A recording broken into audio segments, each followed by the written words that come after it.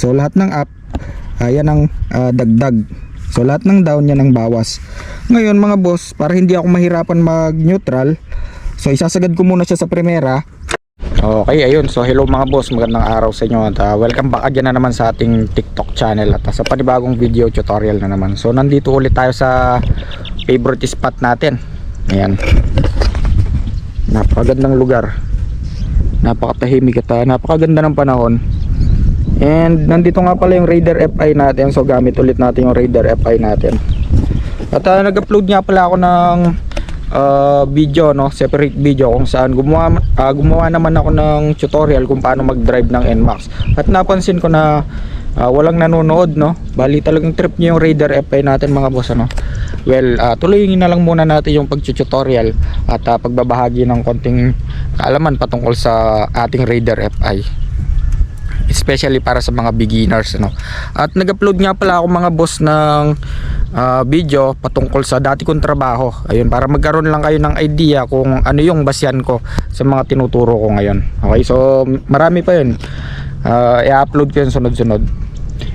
And then mabalik tayo sa ating Raider FI. Bali ngayon mga boss, may nagtanong kasi sa mga kaibigan natin, hirap daw siya maghanap ng neutral pagdating dito sa kambyuhan, ano.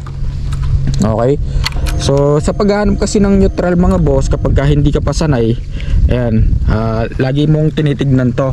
So dapat naka-green yan, yung neutral lang nakailaw, kasi mamamatay naman yan kapag mag-shift tayo ng first gear, second gear, so mawawala yan. Ngayon kapag kakapain mo na yung neutral mga boss, may konting share lang ako sa inyo, konting tips which is napaka-effective, ano. For example mga boss, ang tekniko kasi para sa akin, ayan, ang tekniko kasi mga boss, sinasagad ko talaga sa primera. For example, galing ako ng fourth gear or kwarta, ayan, so galing ako ng kwarta, isasagad ko siya ng primera, and then kukunin ko yung neutral pabalik pataas. So ganun yung teknik ko para hindi kayo mahirapan. Share ko lang, ano mga boss. Ngayon for example, nakasagad tayo ng primera, ang gagawin nyo, pigain nyo to ng bahagya papasok. So kapag ng paa nyo, ng mga boss, kapag piniga nyo yung papasok, mararamdaman nyo napakadali lang kunin ng neutral. Okay, so katulad nito, for example naka first gear tayo, ayan, naka first gear.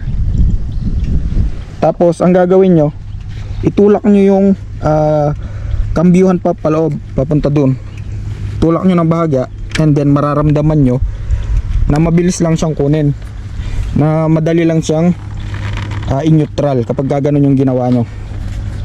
Ganito lang, pigain nyo ng paa nyo, and then kunin nyo na agad. So mararamdaman nyo yung mga boss, bigyan nyo lang siya ng konting puwersa papasok. Ayan, yan, makukuha nyo na yan. Okay, so ganun lang technique natin para hindi tayo mahirapan mag neutral, no, lalo kapag paparada tayo. So ganun lang kasimple mga boss. Ayun, bali hanggang dito na lang siguro mga boss. And sa susunod, may nagtatanong din kasi na kung malakas ba daw sa gas yung Raider FI, palalaman natin at gagawan natin yan ng separate video. Ayun, so bali kung nagustuhan nyo ang video na ito mga boss, pakiclick na lang ng follow button, pindutin nyo na rin yung heart at saka share kung hindi kayo busy. Thank you mga boss.